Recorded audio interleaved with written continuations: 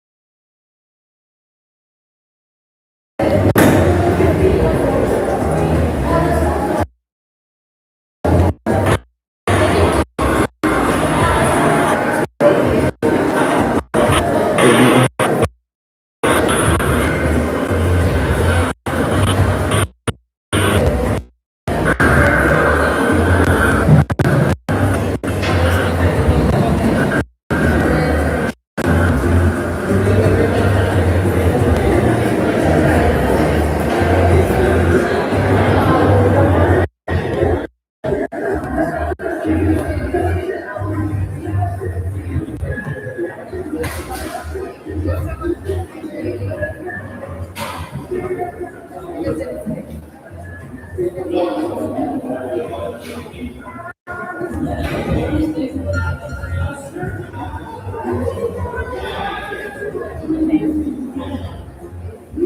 the people who are just coming in, please occupy the first 3 rows from the front. For the people who are just coming in front. For the people, please occupy the first 3 rows from the front. I know what's to say.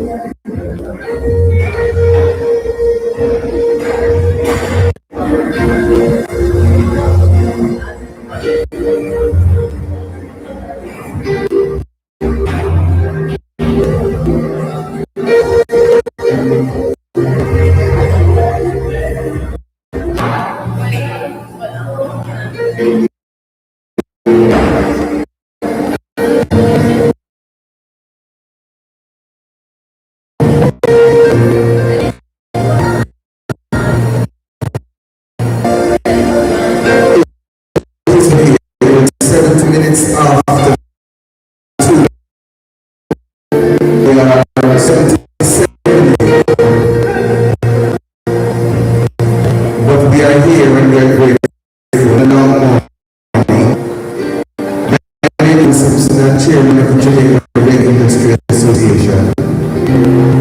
And apart from my duty to apologize to the team coming from Kingston, because of course we had planned this ROU long before Stephen Kakor decided he was going to die and be buried. But the role he plays in industry had to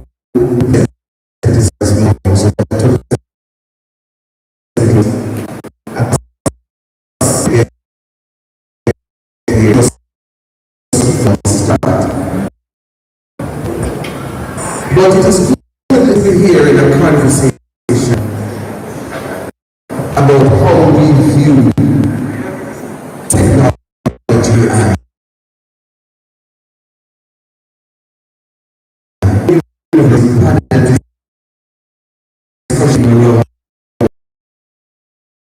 to finally get to my second favorite parish.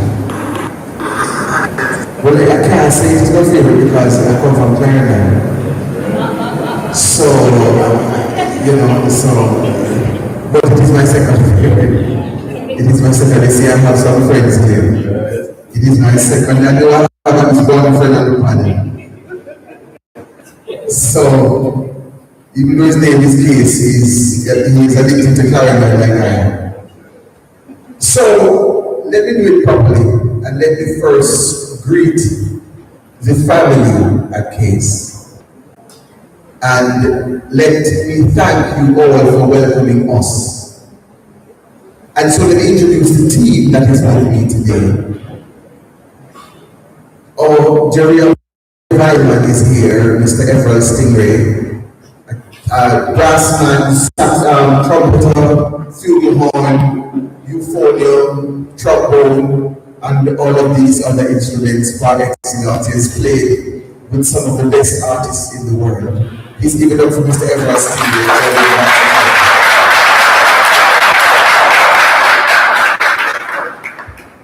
Only sometimes he's gorgeous, and other times he's the most serious one among us.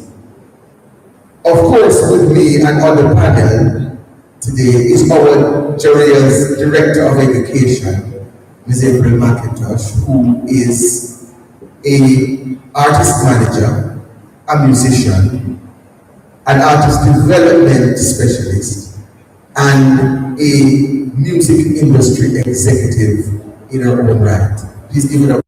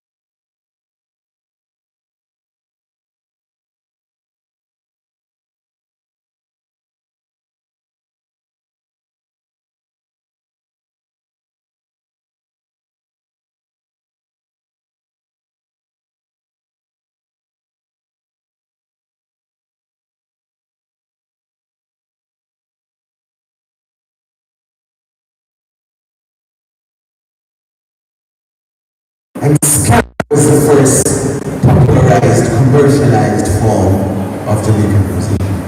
And then we went to rocksteady, and then we came to reggae with all its modifications that we have now, including dancehall and all the versions thereof.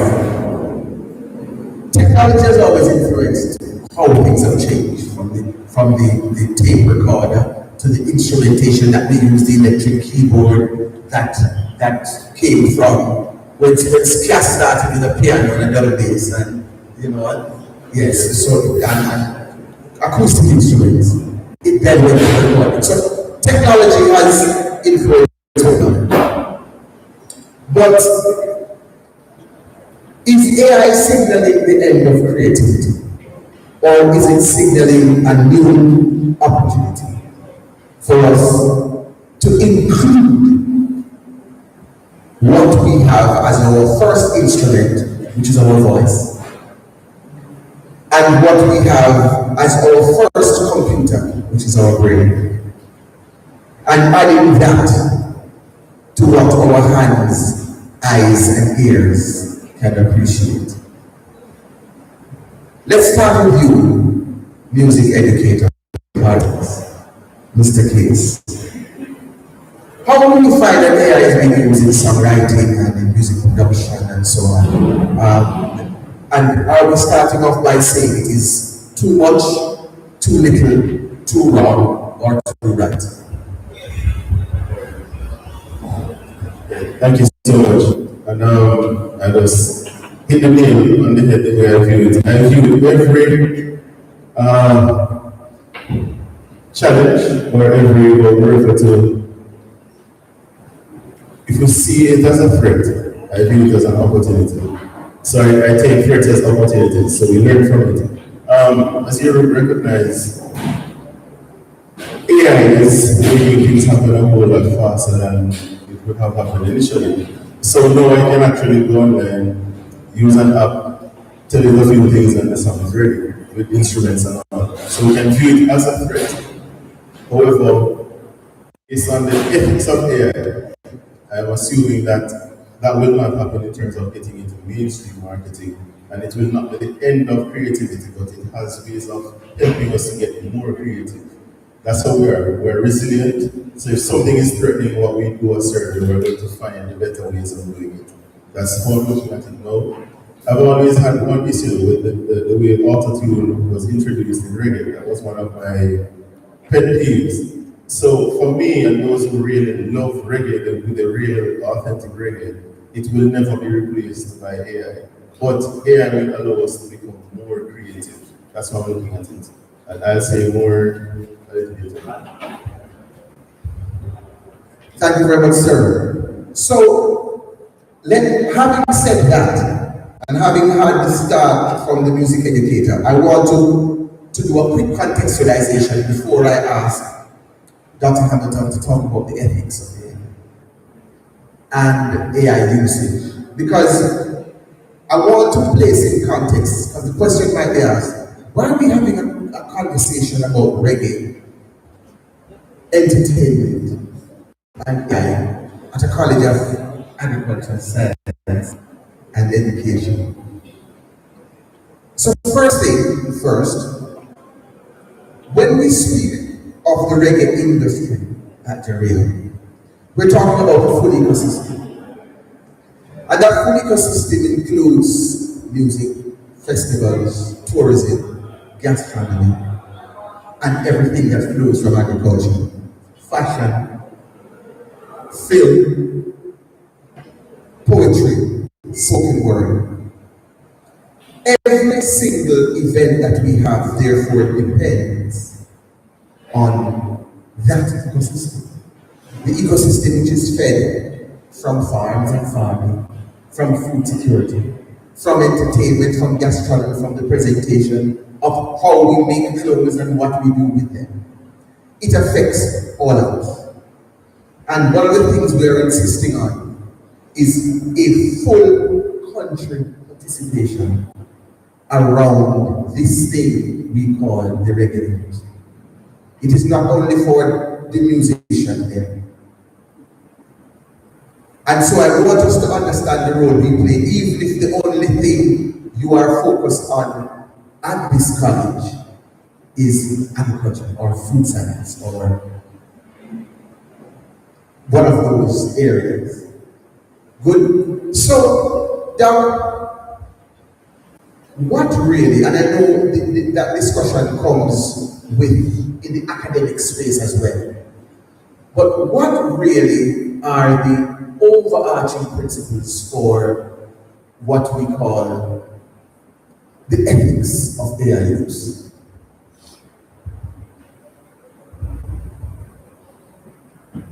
Absolutely. So when we speak about ethics, we're talking about truth. But it's truth from whose point of view? Are you looking at it from a point of justice? So I don't personally know it, but I have other friends who have been through it, and I'm kind of reframing their story. So what is it? When it comes down to AI, there's a thing that many of us don't realize is that AI tends to remove the person, removes the voice. And when you talk about creativity, is it that you have put yourself into it? Or is it that you type in, I want a love song, and you take what it says without expressing how you feel? Do you interact with it? So I have a challenge with AI, and I love AI. Okay? AI writes beautiful music, beautiful poetry. I just got some last month written by AI, and I had to say, you're not in this place. Where's your own voice? How does this reflect your reality? And I think for me, that's the main challenge with AI, is that it makes us all so generic. We're all whitewashed. So the authenticity, when you put it there, you don't know how to use AI, it is not reflecting. And as we use it, as we all do, we must remember who we are and make sure it is reflecting what we want to say instead of us reflecting it. Thank you very much, Doc. That is kind of, that almost sounds like a closing statement. But of course, there's so much more to dive into. Yeah, it sounds like a wrap up of, okay, so Mr. K spoke and then Doc speaks and we can talk about gold record. But there's more to dive into the conversation because we want to get into a little bit more detail. Doc says that the ethics suggests that truth must exist. And if truth is to exist, then what your audience receives must be authentically from the source it pretends to come from. So if you are pretending that you wrote a song, and all you did was to ask AI to give you a reggae song about the star, is the output truth? Is the output reflecting your thoughts on it? Is the output reflecting your feeling? Mr. Case will tell you that in writing music, you have to express in the melody and the lyrics, but also in the tempo and the theme, the emotions that are intended. It must be love. It must be intended. How is it intentional then if AI is doing it for you? I have never heard so many AI written songs until Melissa. And you can know the AI written reggae songs because I am happy that this doc who went into the word whitewash. Choose any one of those two, white or washed. And the AI sounds all sound whitewashed. So I asked our industry executive, our artist manager, and our artist development specialist, do you find that Jamaican artists are engaging with AI, and if so, how? Yes, I would say that some are. I would also share that some aren't. A lot of people seem to have a fear towards AI. When it comes to artists in particular, the fear is usually based behind thinking that AI is going to replace them, yeah, or to take over from what they would naturally do on their own. So yes, it exists on both ends, and I also notice where we have a lot of people who are trying to kind of shy away from it because of that fear. What I can say to that is that you can't fear what you don't know. One, two. AI was built to enhance its user. So depending on how you utilize AI, you will then know what the outcome of that will be. So let's say I want to use ChatGPT today, and I want to write into ChatGPT to assist me with writing or to complete writing. Let's say I've already started, but I need some help finishing up a song that I do. The first thing that AI is going to do when you put in that request is it's going to ask you questions. And it asks you questions in order to gauge or to build up what you need from it. So, technically speaking, AI is not here to replace it because without you, AI can't really do much, you know. But it can do, but it's not going to do it to the best of your ability, which is what you're going to it for. So, I would have to definitely say that, you know, it's a double-sided coin, and people allow themselves to learn the positives and the negatives of what AI can be. We should fear it. Thank you. So then, if that is the case, and it is following instruction, do you find this the case that AI is being used more by, let's say, engineers to do mastering? And you know, you mentioned you had a problem with the use of auto-tune and the how do you see it? Is there a fresh opportunity for us to get better productions? What is it? What is the story with that from the technical side? Or is it going to cause the engineers to lose their work? That's a very good question. The truth is, engineering has to be organic in the truest sense. Similar to the writing of the piece, AI will some settings, some generic settings. It works for me, say for example, it would set for a live, for a certain room size, etc. Which may give you some parameters to work with. But if you want something really authentic, it's going to be hinged on the engineer itself. I'll give you a quick one. One of my favorite engineer, one I heard a lot from, Stereo. Stereo Belly is who work at studio. He will tell me that when he knows that a piece is ready, he feels it in his belly. Hence the name Stereo Belly. AI can give that sensation.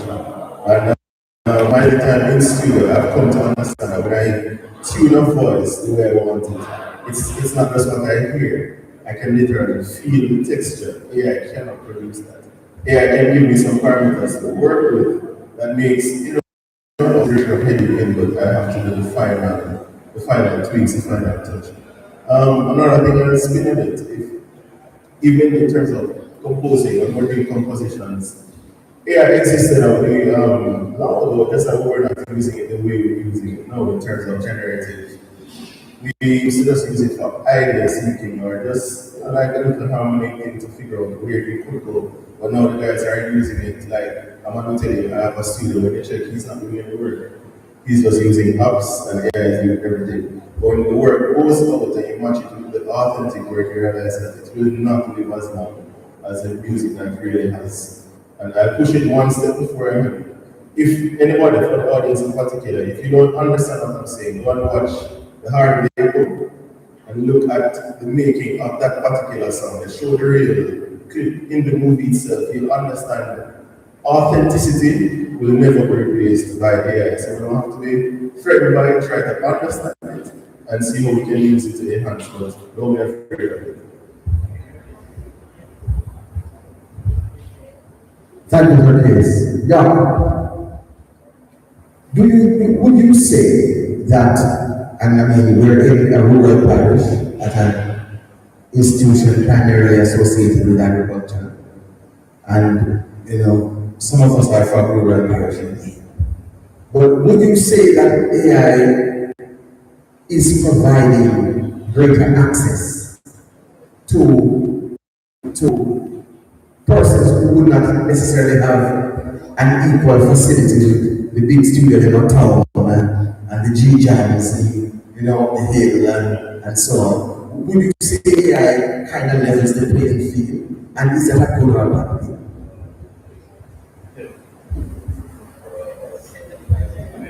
So is AI leveling the playing field? Yes and no.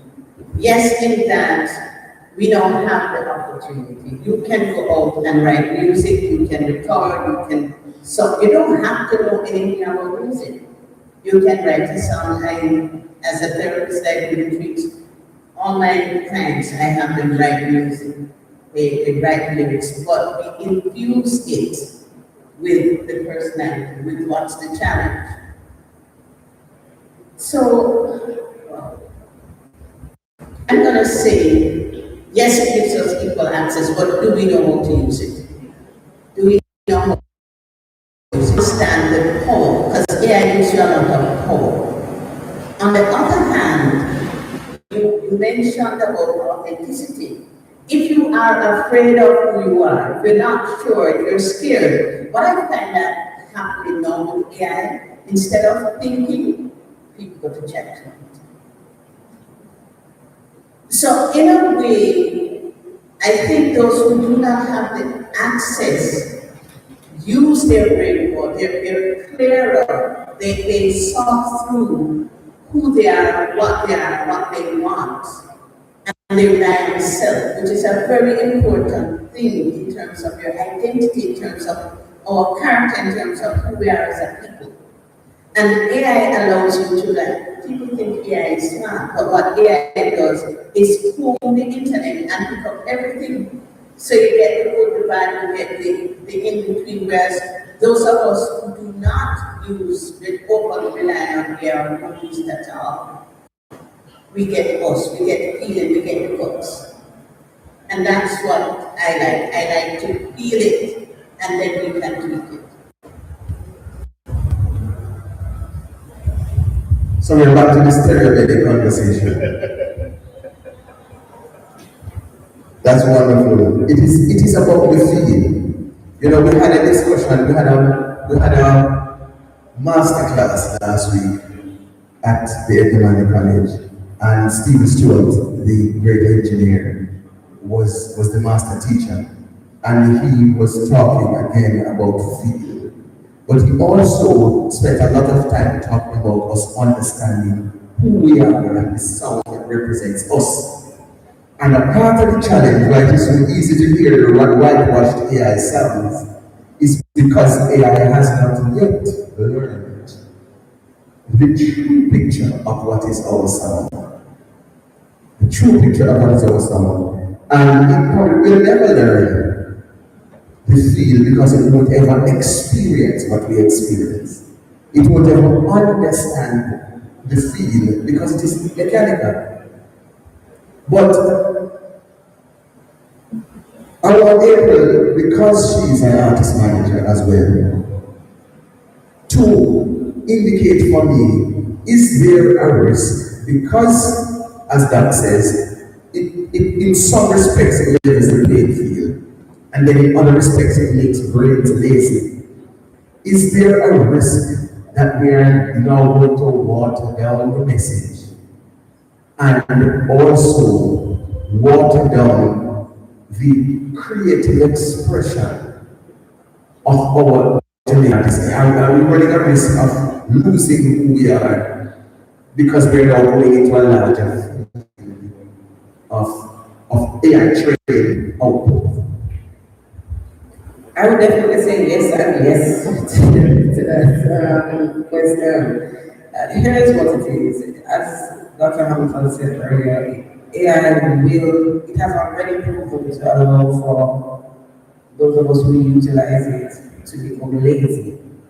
And lazy in the sense that instead of writing an email, we said it before, they'll ask AI to write an email and copy and paste and drop it in a no. So what I'm saying to you is the authenticity, the organic creative juices that flow, that help that particular individual to create that particular product or that song at that point in time.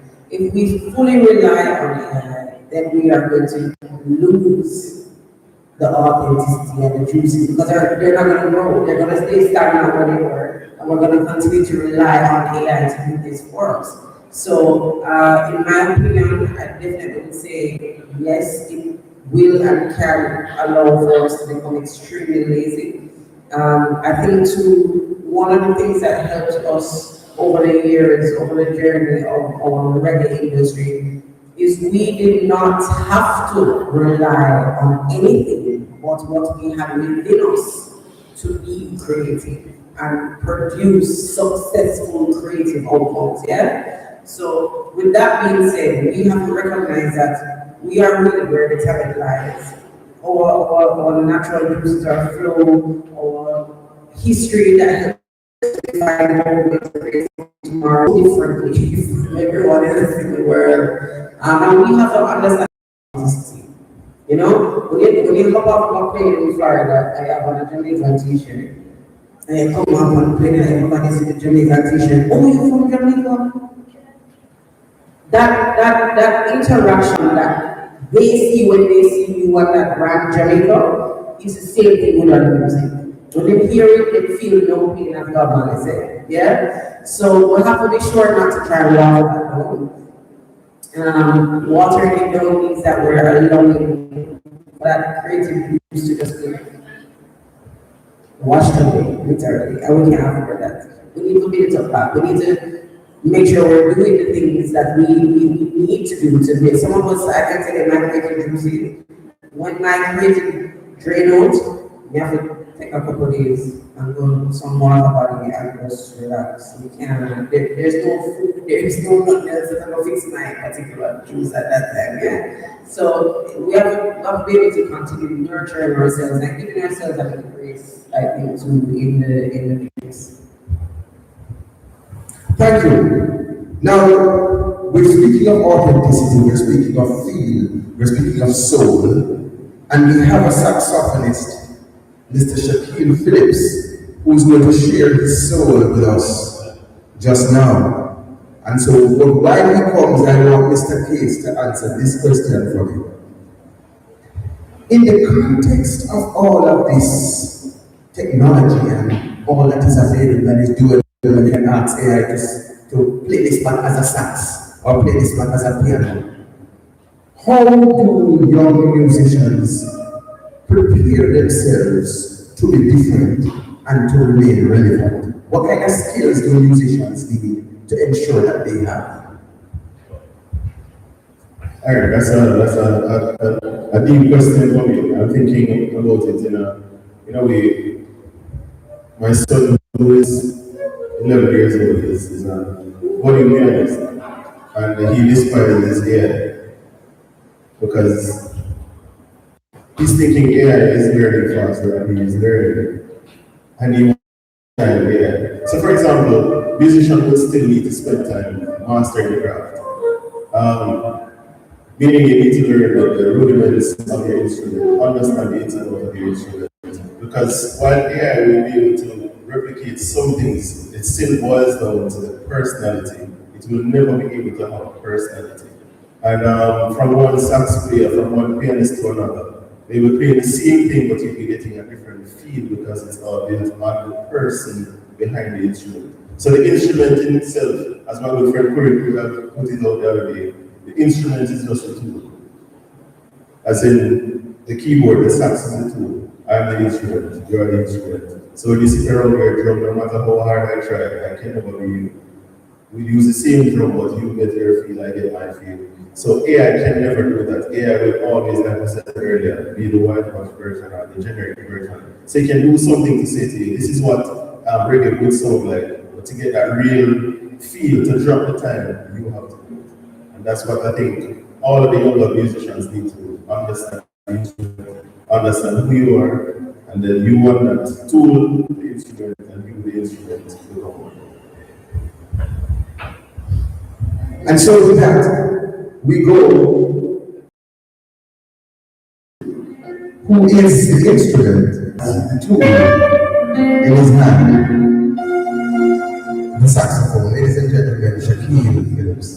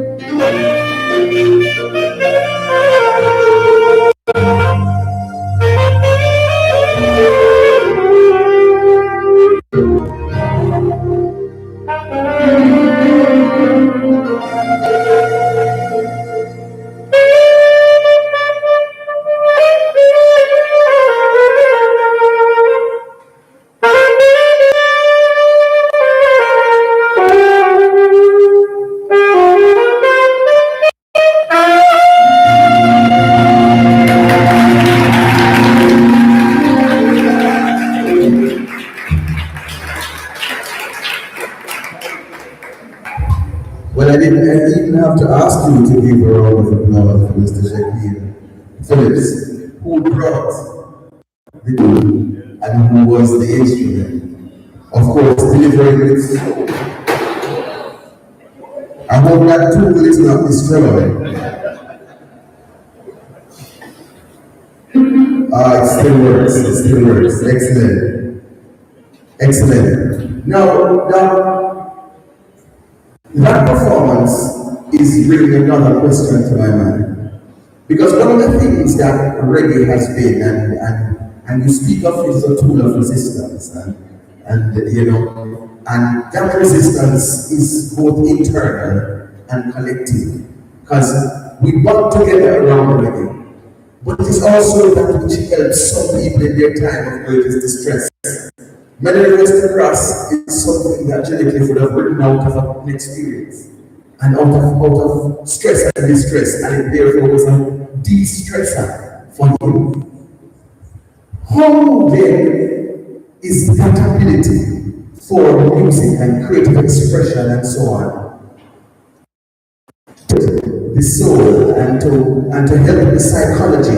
How is that running the risk of being affected? That is that is that you say you are carrying me to a place, but I want us to go there. How is it going to affect us psychologically? By limitation or by watering things down? This one I'm going to study positive. Okay, so this is what AI does for us from a psychological place when we are stressed. Okay. What music does is we use music in various ways. We use it to hype us up. We use it to calm us down. When we are stressed and we find a peace, because the music, one of the reasons we can't replace the music is it is our lived experience. That music will not be written here. Okay? I was thinking as we were speaking of Perry and the crazy stuff he used to do. And I went to his, where he was in Caldwell, Hanover. The music from that part of the island is different because they have a different living experience. So music does a variety of things. Psychologically, when I am upset and I want to tell them some words, which I cannot tell them because I pretend to be decent and not there. I can go into AI and write that one and have it kind of clean it up, but still give me that touch. So in a way, and I use it like with my clients when I have them write music, that's what we're doing. We're doing that release. And saying to them, put all your anger, write it down, you're angry because it's, and just so people know, I deal with people who are mostly suicidal or I deal with anger, serious anger issues. And we release that tension through music. I can get them to write that out and then I say to them, okay, what do you want to do? And I say, think of the color that you want with this. Is it a red rage or is it blue depression? How do you want it to move?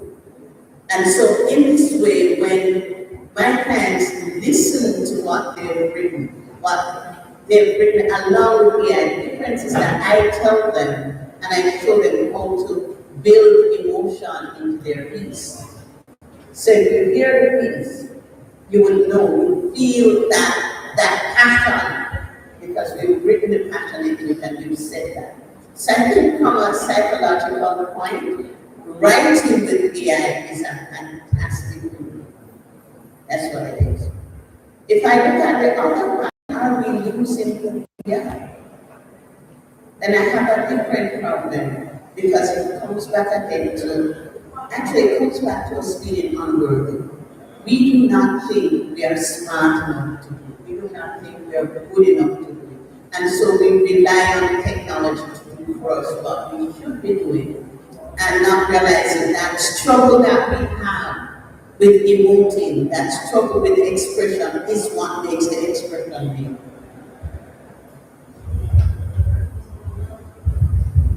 Now we get into the meat of the matter now. Yes? So I like that.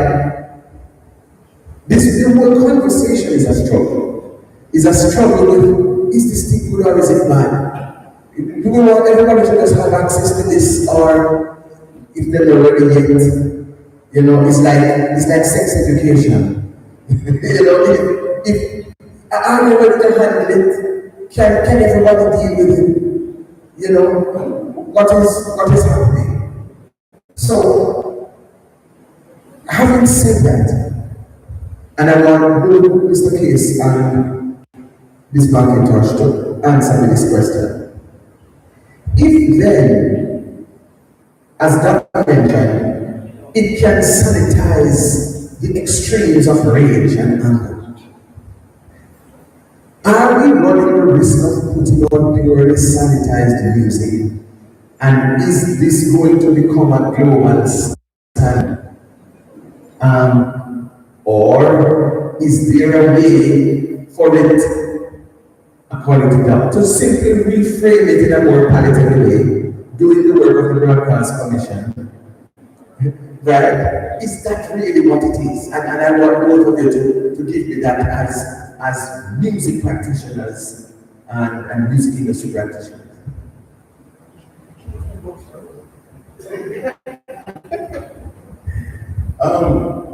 It's an interesting one. And the truth be told, it kind of take away from the authenticity, in a way, because it comes off more polished than you really want it to be. There are some things which, would be better off being polished, but there are some things which you really want the lived experience to be felt. You want that kind of emotion to come out. If you look back, for example, at some of the Bob songs, you realize that these are coming from within. There was no interference of AI, so to speak. And it would be unwise for music production to take that route in my opinion. So maybe for your own search, when you're trying to tweak it, you may use that to look at possibilities, but the final product should really still be who you are. That's what I put it for. And I think that's what it's going to live long. Otherwise, you're always going to sound like somebody else eventually. Can I just say everything?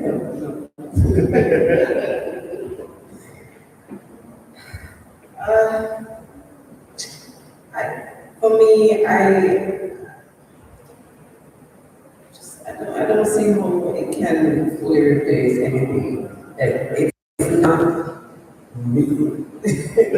And I can, for me, working with artists daily, doing development, there are certain things that are intricate to the individual, the experience, the emotion, the feelings. AI can't feel that.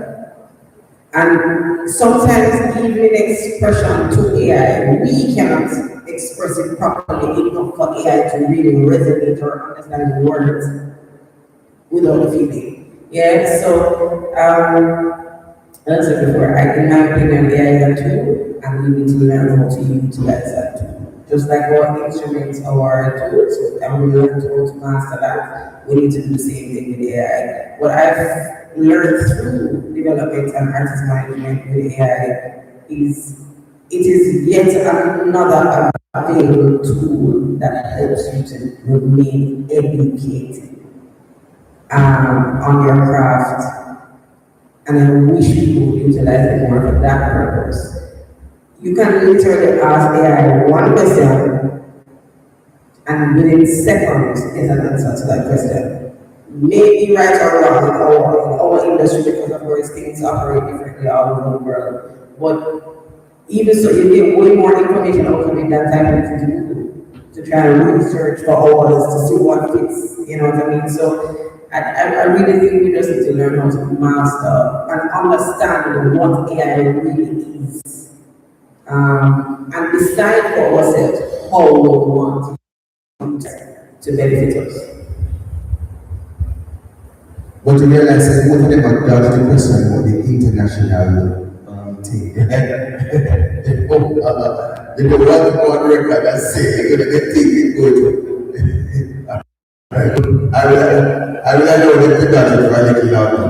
But I like where we're going to April when we talk about the research potential and the ability for it to be able to keep you informed. Is this then one reason to like AI? Is it that our industry, which is not very heavily technologically driven in the management of it, because we want to talk about how this becomes an industry. Agriculture is looking at different ways that you can not mechanize but automate. Ways that you can do deeper research, ways that you can manipulate data. Is that, and I want all my panelists to take me there with their perspective. What are the opportunities there for the use of AI in making the reggae industry more of an efficient, data-driven space? Doctor, you want to go first? Move on.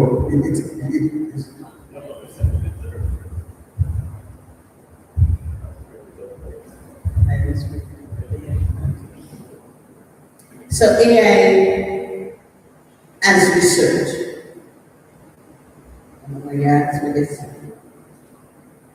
I have to think. I mean, that is just such a big question. And I think, yes, we can use it. We can use it. But remember what I said now, that AI is going to go and scrape up everything. So if you're using AI as to drive policy, to drive management, then you have to be very clear what are the questions you're asking, what exactly do you want. And you have to then put in the parameters so that it's not giving you a job. Garbage in, garbage out. So if we're using it as a tool, it is going to force us to clarify, to sit and clarify exactly what do we want, who do we want to be seen as, what do we want reggae to look like, are we comfortable with it being taken? It's all over the globe. When we define it as management, which perspective, which country, which people are you looking at? Are you looking at Japan? Are you looking at Germany? They produce some really good. Is it us? So you're going to have to sit down and again go back to the ethics, go back to who do you want us to be? Who is it going to represent us? Is it going to represent the diaspora? Who do you want?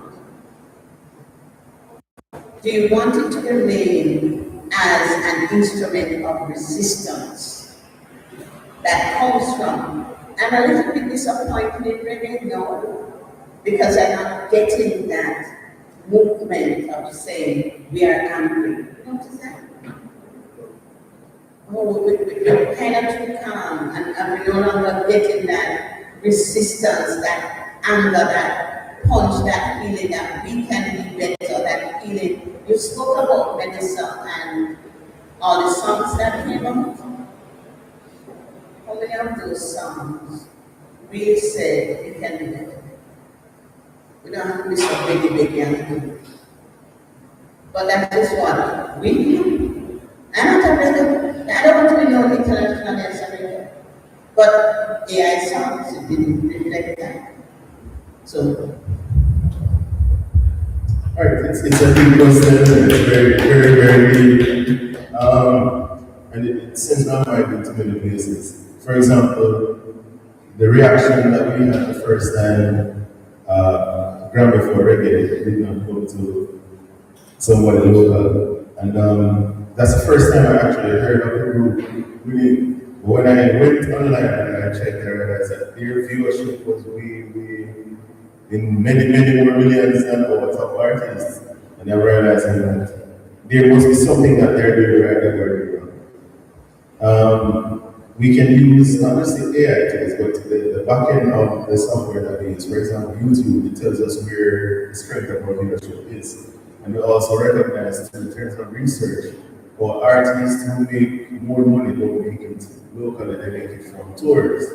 And interestingly, when you look at the videos of the persons in these countries that know nothing about English are singing the reggae songs word for word, it tells me that we need to be doing a lot more deeper research here. Otherwise, the external or international market will research our music and move further ahead with it than for us. And that's where I find the fear. AI, as you recognize, AI will take it from everywhere. And so as Dr. Rightly said, the music generated from AI will not necessarily reflect Jamaican authenticity. And that's something that we have to look at. We need to know, determine what we put out there to maximize the Jamaican feel, so to speak, in reggae. Whatever data is accessible.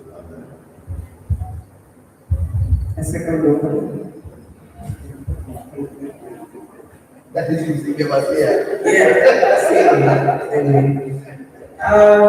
Yeah, I said it before, I'm going to say it again. To me, I'm going to stick with it on this. I genuinely believe that AI was built by man. We are man. Like, we need to just understand what is going on. We have the mind power to develop something that is considered to be so powerful that mankind fears it. We have to understand that we are really controls of our learn how to manage. We have to learn how to manage it. The two, we spoke about it earlier in terms of the tools and using it as a tool. We just have to have that mindset, and that's the real part for me. I don't fear anything, not even death. So I don't even want it to be. You have to just accept it as it is and learn how to master it and manage it for your life and make it benefit you that way. So that is my piece. We're going to have a singer next, Jada Brown. But I want you to answer this question, April, while the singer comes. Because God spoke about the anger that she's not hearing. And then, of course, Kids said under his breath, it is now talking about love. No, is there a battle between the two? Is it necessary? And then, of course, you said, you want to go over there and start with this. There's only one answer over there. But the question is it that it needs to be or love, or whichever that topic is, or is it that it needs to be reflecting the emotion and the lived experience that we have spoke about before, or is it a combination of both? In my experience, what we are hearing and not hearing is because of what we are experiencing. You're not hearing love because not a lot of people experience love.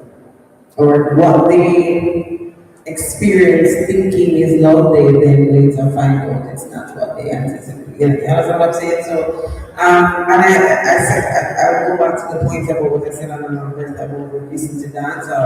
If you look back and you look at current, you recognize that both reggae and dancehall, and even soca music to some extent, they all portray different emotions at different times, depending on the artist.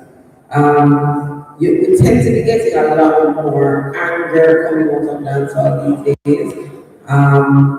And I mean, I'm not afraid to say what the public will say. It sounds more like noise than it sounds like music. We are also, we have to go back to thinking about the expression, or how are people learning to express? Are they actually learning how to express?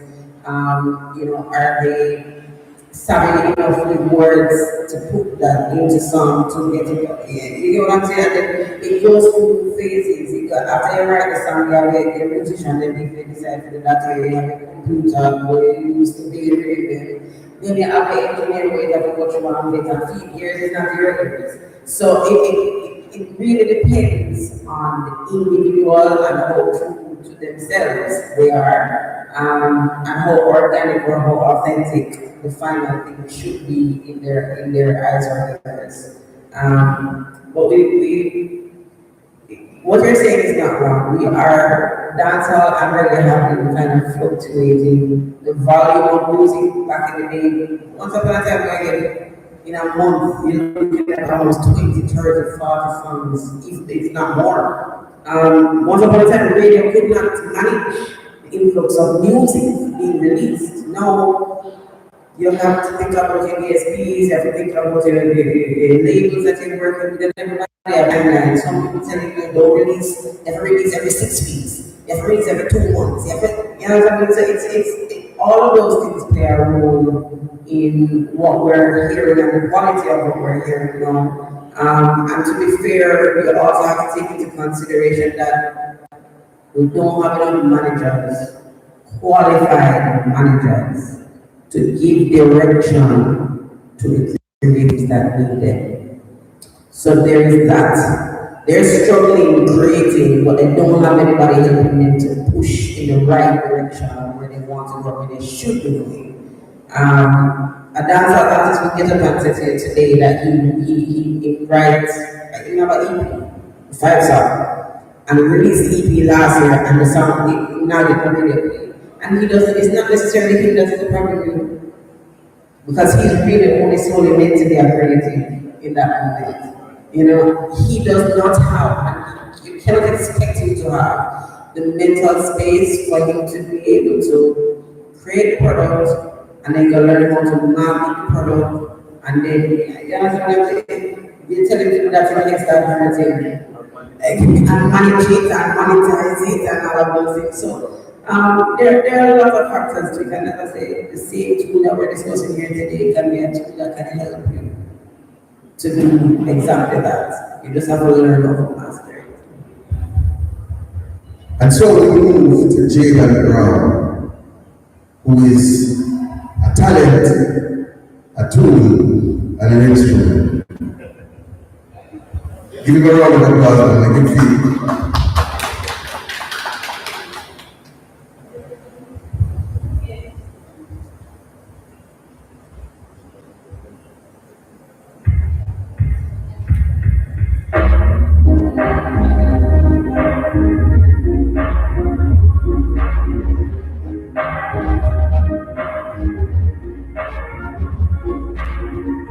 She doesn't want me around.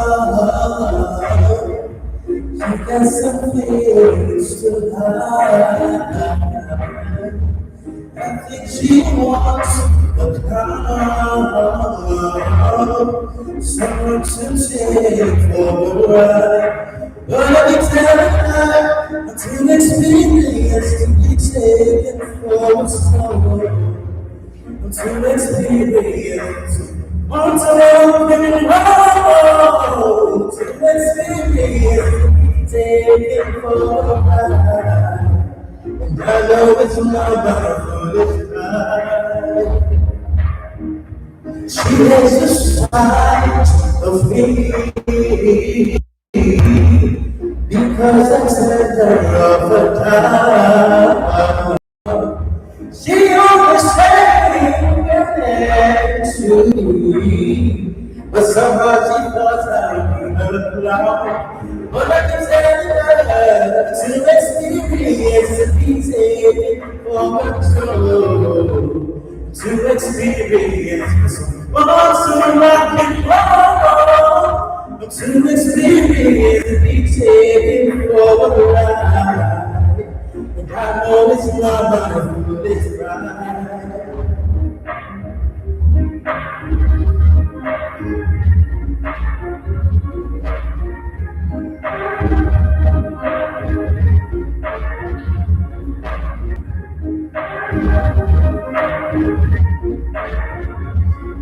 Oh, yeah. She doesn't want me around.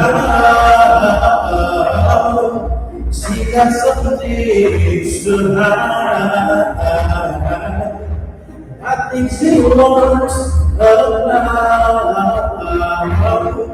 someone to take for her ride. But I can tell her to experience to be taken for a stroll. To experience what's rock and roll. To experience to be taken for a ride. And I know it's not about the foolish ride. Whoa, yeah.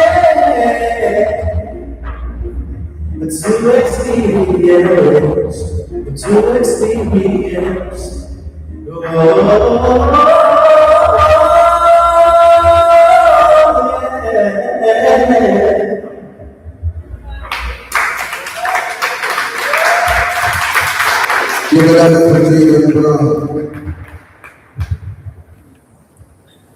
Now, since we're speaking of experience, we're going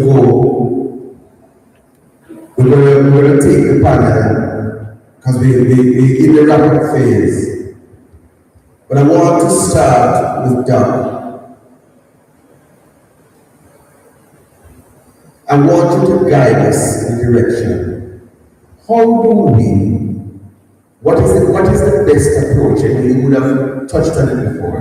But what is the best approach to using the tool of AI while preserving the authentic sound, emotion, and philosophy that guides Reggae?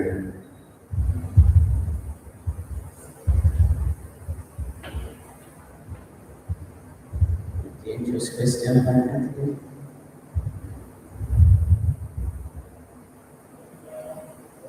We can train AI. We can train AI to sound letters. We can train AI to emote like we do. It takes.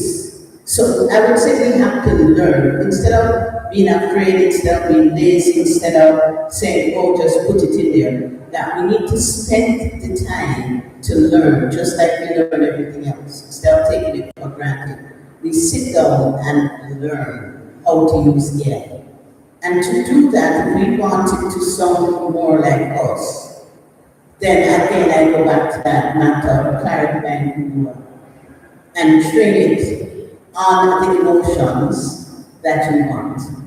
So I do write with AI and it is trained on 3 emotions. Those are the 3 that I use as therapists, those are the 3 emotions. And also I'm going to use AI to go through and say, okay, what is it the rest of people are doing? Is that true for me? So it's not just training and putting it out there, but sitting with what you get. And I tell people, write it, let it sit, go back to it 2 or 3 days later. Are you still feeling that emotion? Is it still true? Is that underlying feeling still true? Or is there things that we have to change? So spend the time to learn it rather than taking it for granted or being afraid of it. Being afraid it will replace you. So actually, you're going to have to be authentic with AI. You're going to have to tell it, this is how I sound. These are the terms that I use. These are the emotions I want other people to feel when I write. So train AI as a tool, but always remember it is just a tool. It does not replace you. So train it. So having trained it, Mr. Case, having trained AI, Remember now, AI is also a global tool. So when the AI gets trained on the Jamaican sound and the Jamaican authenticity, it means that this is now accessible in equal terms to everybody, all over the place. How, in your estimation, then, do we in this space, organizations like CASE and JARIA and so on, how do we combine the knowledge we have and the technology to ensure that our industry and all its facets, because we talk about this ecosystem, and that is why we're here at the College of Agriculture, Science and Education having a discussion about AI in the entertainment industry, or what we call the reggae industry.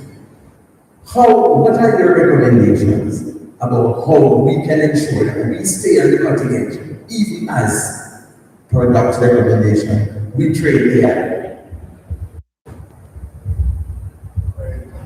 I hope I'm going to dodge any part of it this time. But I'll just contextualize it for kids. Kids, in and of itself, operates with three faculties.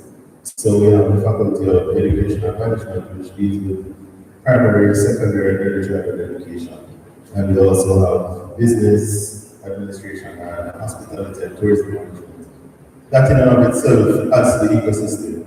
Then we have the Faculty of Applied Science, Engineering, and Technology, which deals with environmental sciences, chemistry, physics, mathematics, computer, and then, of course, the bigger faculty, food and agriculture, which deals with food from the ground up. So, in essence, the college in and of itself lends itself to a full addition to the ecosystem. So, hospitality and tourism management utilizes any product of a lot of what is produced. And while we may not have a music core at CASE, we realize that we have to train the students for artist management and events management, events planning and management. So there's no escaping this. The question about training AI, what it means when our students leave here, they'll be able to access this same data set wherever they are to bring about that field. Now, while the system will be trained, those accessing it will have to know the knowledge also to get what is there. It does pose a little bit of a threat. But while I'm still thinking in the back of my mind, and I'm looking right now and watching the show in my head, there is no way for AI to there's no way for me to explain it. Even if I share the video, I'm not sure to be able to capture the full essence, the feel, so you get something close, but I don't think we'll ever be able to get the authentic feel unless somebody really comes here. If you look at reggaeton and the others, they have to come here, look at what we have, go back and try and mix and tweak, and it will take some time. So even by training the system, we get something a little bit less than what the reality is. That's all I'm looking at it from. Thank you, sir. I know you didn't dodge any part of it this time. And so, Madam Director of Education at JARIA,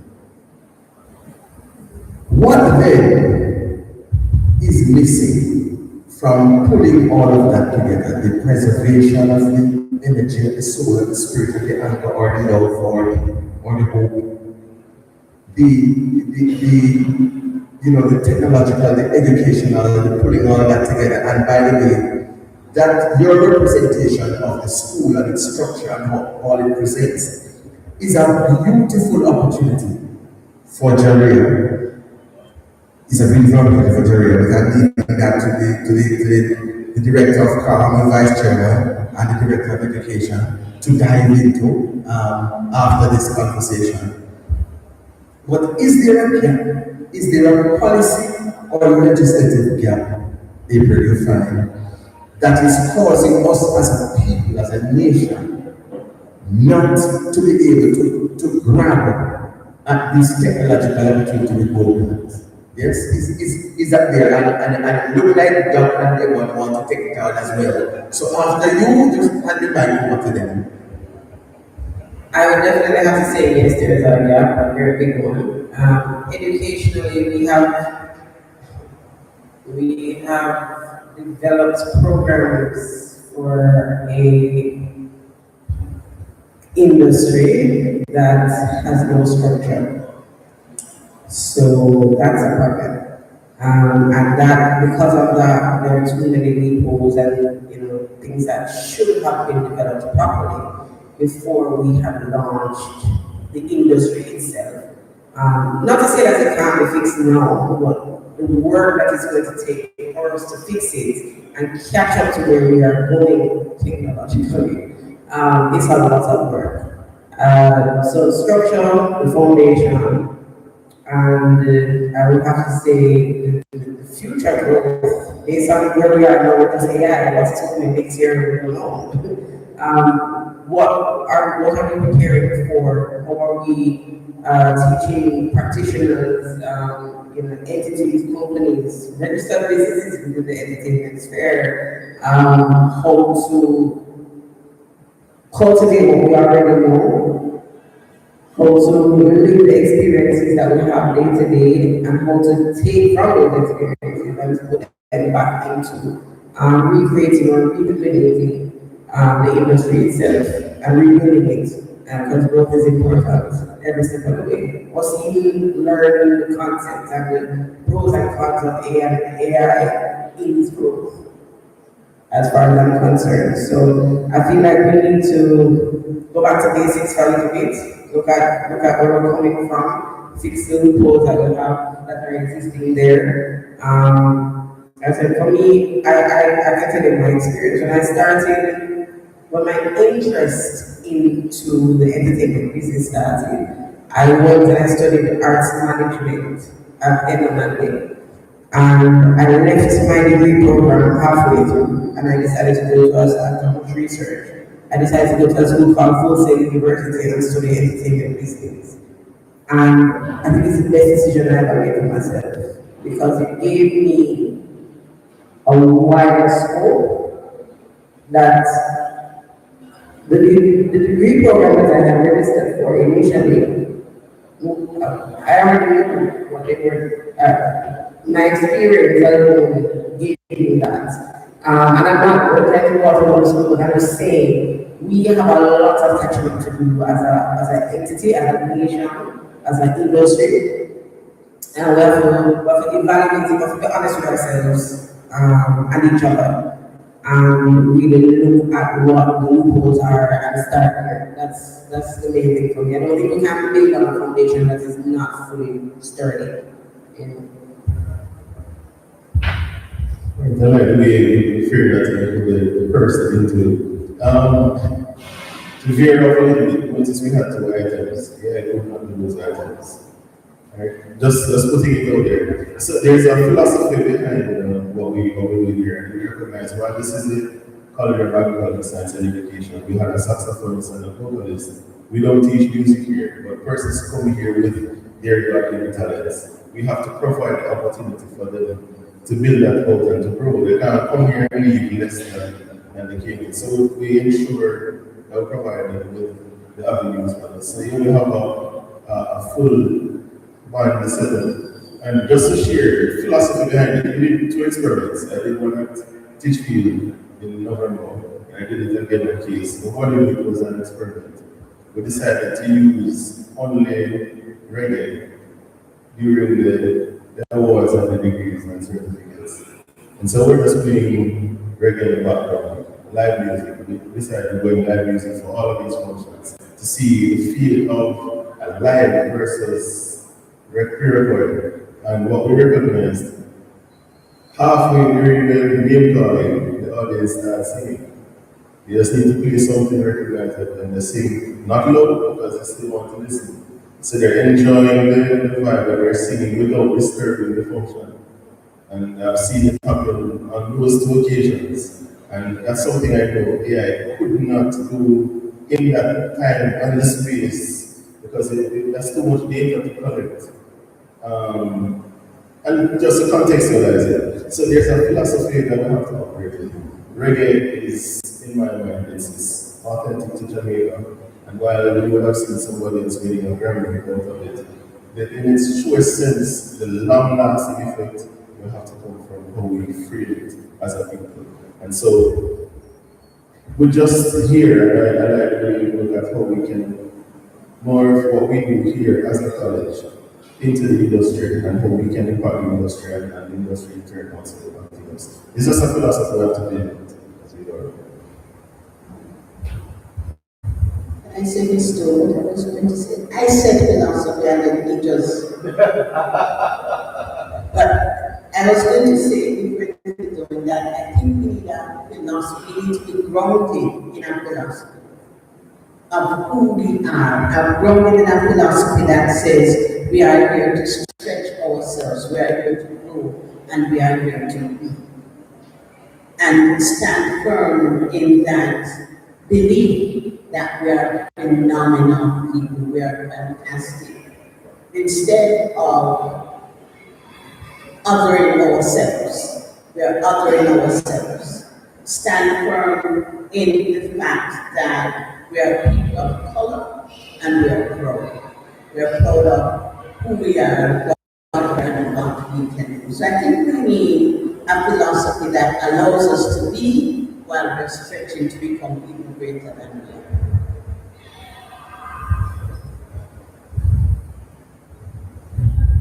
Well, with that said, we could continue, but I think we will have other conversations as we move along. What we know is that we have crossed several angles of the conversation since the start of the discussion about 65, 70 minutes ago. Right? And we did say we will go for between 60 and 75 minutes, so we're going to wrap up in exactly 5 minutes.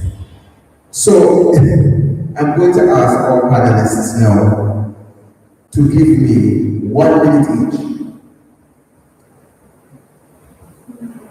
AI and technology, threat, tool, or opportunity to encapsulate all the discussions that we've had so far. We're going to start with that and we come all the way to the left. And then I will take a piece of the last 2 minutes to close. AI, threat, tool, or opportunity. It is all of them, and everything is an opportunity. Everything. It is what we do with it. So we know ourselves, ground ourselves, stretch ourselves, and we use the AI as the tool it is to create opportunities for us. Okay, this time that sounds like she was listening to me.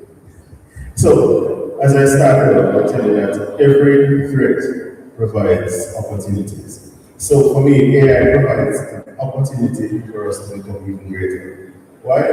This thing is learning fast, and for those who may not know, we're living in the era of generative AI, which means overfeeding the smarter it becomes. So it is learning, and it is forcing us to become even more creative. It can learn from the days of Gutenberg. Creativity is really who we are. So we should be threatened by it. When we understand it, we can use it to improve our creativity, improve our craft, and of course, it will even bring greater opportunities as we seek to better what we do. The only threat is lack of knowledge. AI is powerful, and we just need to learn that we are also equally powerful. I think we need to put aside our fears, which is a difficult thing to do in reality. I'm sure all of us struggle with our own fears here and there. But AI, threat, no. Opportunity, yes. Tool, yes. We master it. Thank you very much. Please stand for panelists with a round of applause.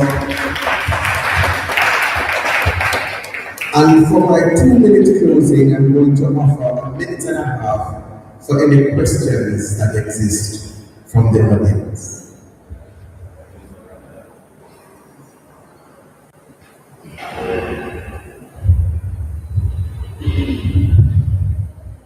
Yes, good afternoon. I've been listening and understanding and synthesizing some of the information. But what I did not hear is how we protect the authenticity and the negative impact that can, derive from the whole AI introductions. And we have many metaphysics to look at within different industries, right? We can look at even our culture and how the technology would have increased and would have derived our young people of some of the natural morality that you would have grown into. And even with education, yeah, I think the education industry globally is still grappling around how do we protect documentation, authentic documentation from students, because how we assess that is still the AI we still use to check if the student work is original. Yeah? And so you can see the negative impacts of those things. Yes, the technology, very important and would have benefit from them. And we could look at it as a percentage of benefiting 95%, 96%, but the 4% is so dangerous and toxic. Yes, last week one of my colleagues shared me that he realized that his best son, yeah, when he researched it, he realized that it is 100% AI generated. Yeah, so we have to look into those things and see how do we protect the authenticity, yeah, and the authentic music. Because the thing is that you do not want the time to come that somebody in England and Germany, yeah, generated certain patois, some original voice pattern that would have been directly aligned to reggae. Yes, and it's happening because currently now you have the WhatsApp AI at times, responding to you in patois, authentic patois. So we have to protect this industry because a lot of young people, a lot of our artists, yeah, they are in a university platform and they use reggae music, yeah, as a platform for income generation. Yes, and so you don't want somebody who like reggae in Germany, see something online, get it, listen it, yeah, and our original artists in Jamaica here trying to get an airplay, and somebody in Germany listening to AI generated music, yeah, not getting any income generation. So we have to try to see how we can protect that. We can even look into the technology of agriculture since we are here. Yeah, and how genetically modified food and how we give a blind eye to those type of things and how we reap the repercussion of those things.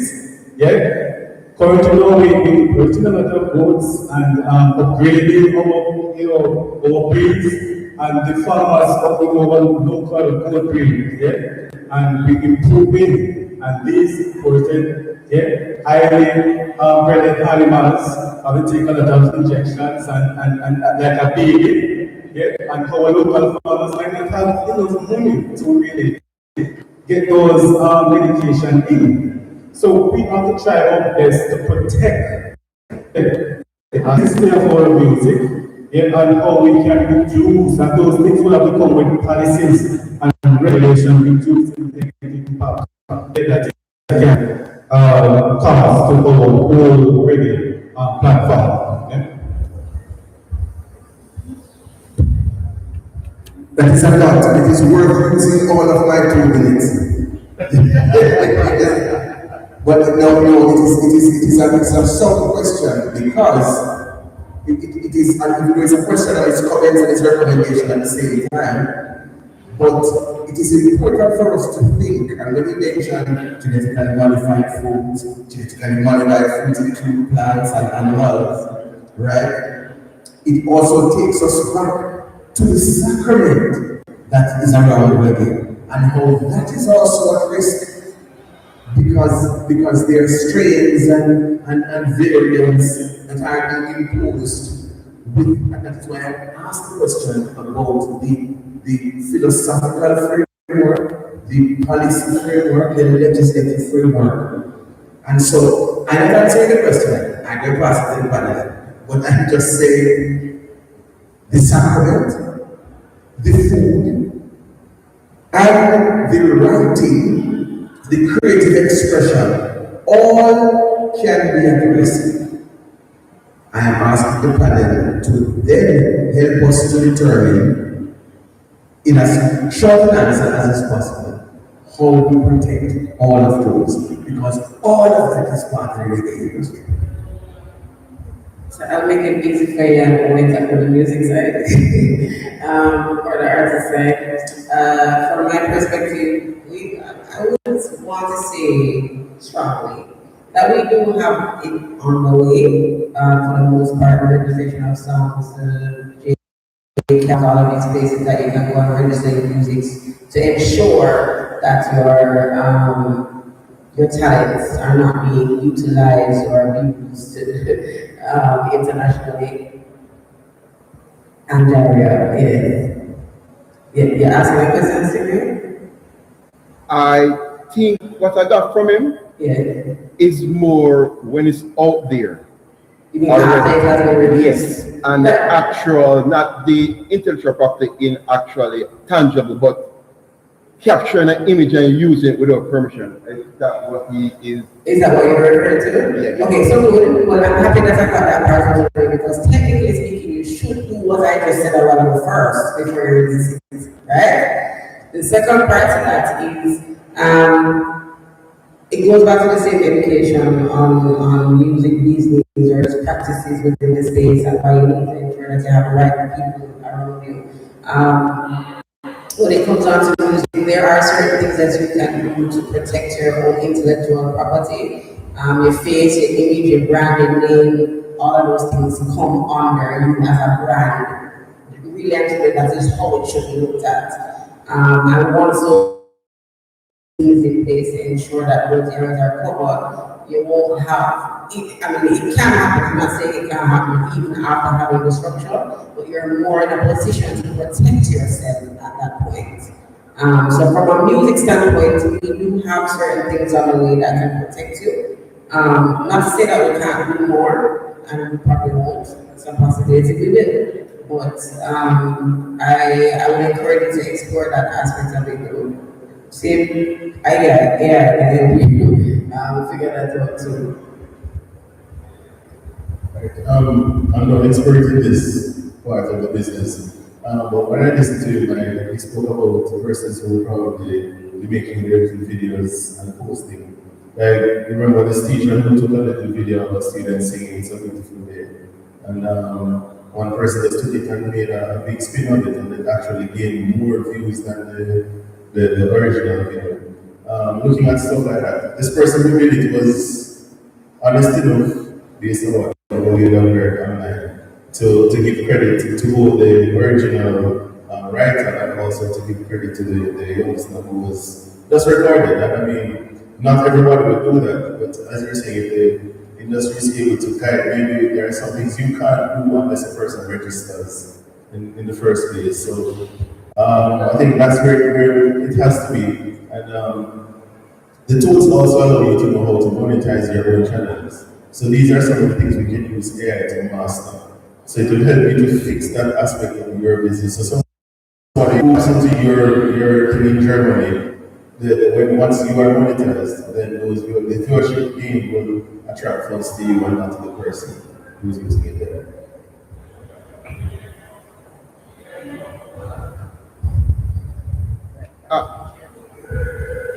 Go ahead, sir.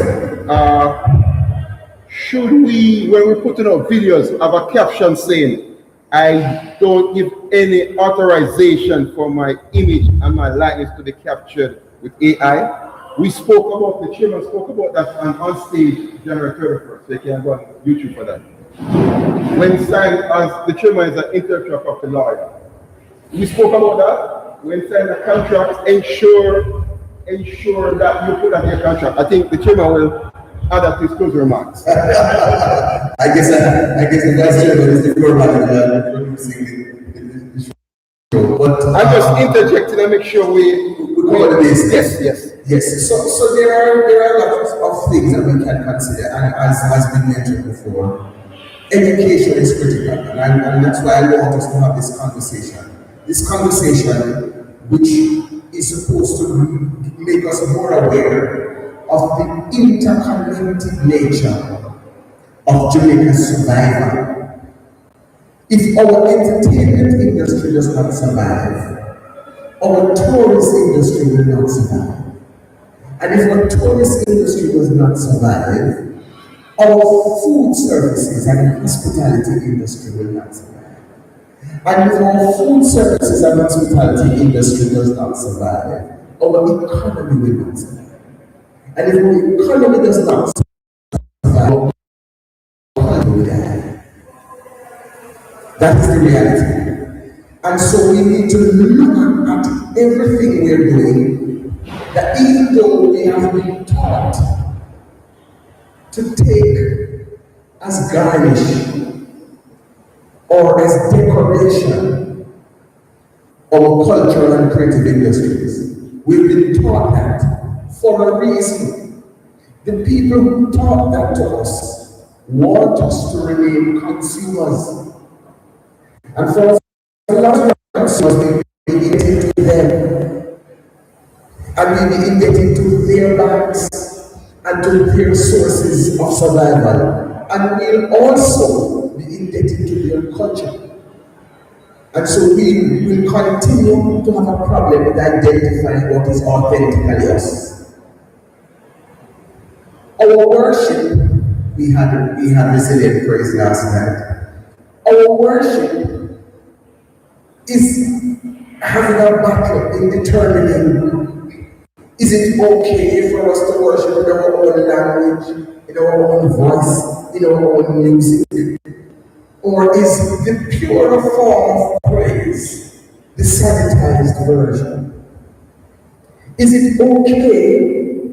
Is our music legitimate in church? We started off our reggae month at the Ethiopian Orthodox Church. And one of the most beautiful experiences was to hear the Nayabindi drumming in church.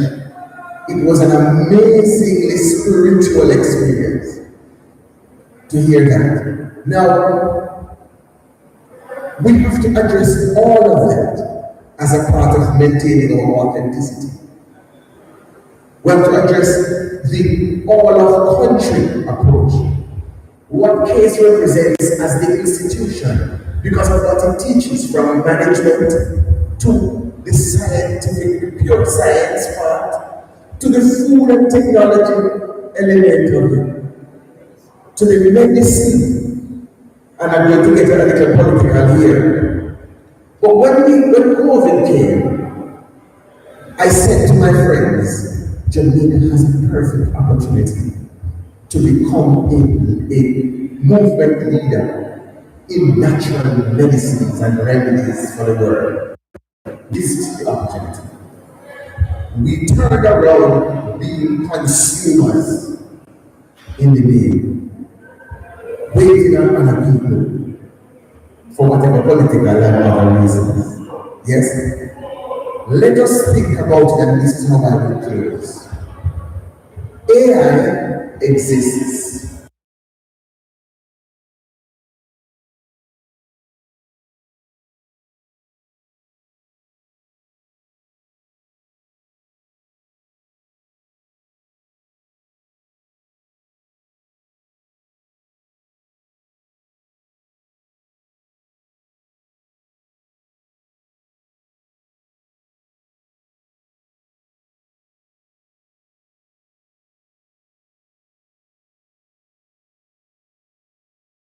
Opportunity to elevate our country to what some believe is impossible, but what we know as practitioners in the industry to be absolutely possible. Jamaica can attain first world status and make first world money and function with first world astuteness and technology if we deploy all elements of the reggae industry.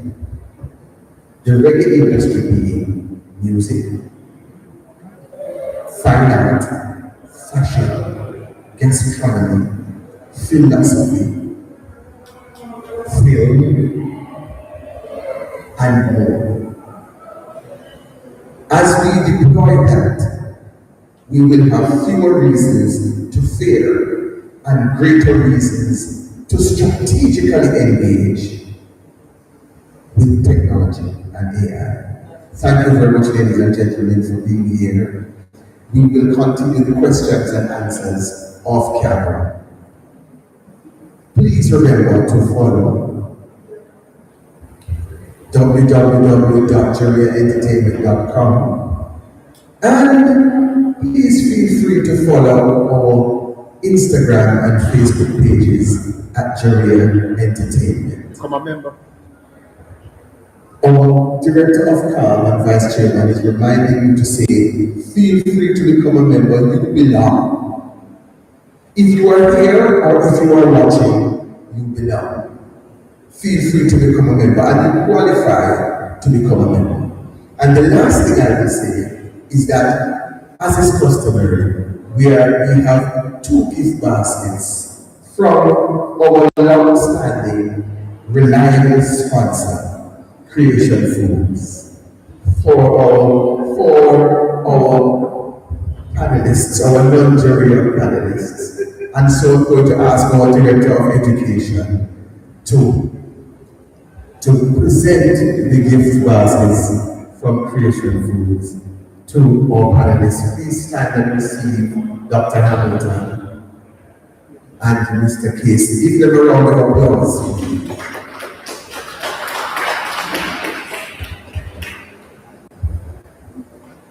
And Mr. Case. See, we come bearing gifts, but you can trust us.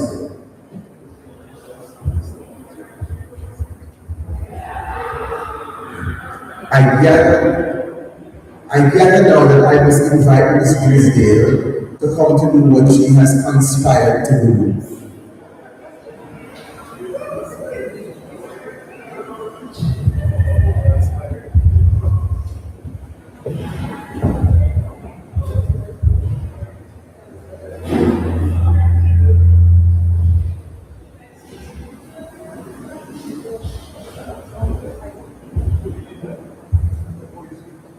Let me hear what Ms. Grisdale is conspired to do. Good afternoon. On behalf of the College of Agriculture, Science and Technology, it is my pleasure to present this token to you for the wonderful presentation that you have given us. We are more aware of what JARIA stands for, and we look forward to continuing the support as you continue to enlighten us with education, cultural awareness, and lifelong learning. So we look forward to a continued partnership with you. It's been a pleasure.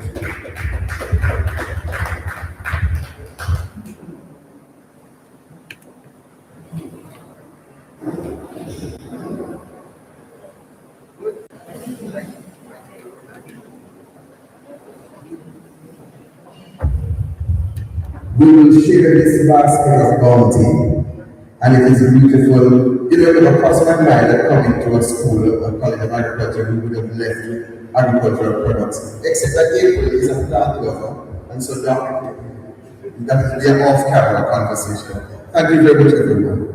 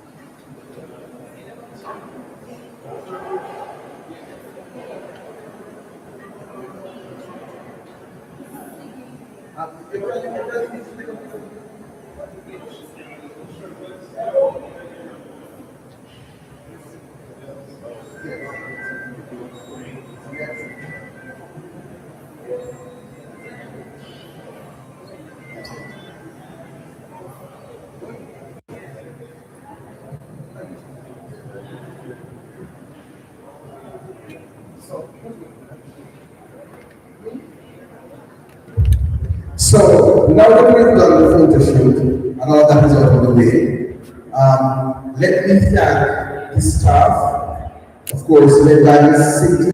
Sinclair, yes, for all the work that they have put in. And I want to thank you again for the basket, which represents reasons to return. Yes, thanks to Case, thanks to the team. It's been good to be here. And next time we will come earlier and leave a lot later.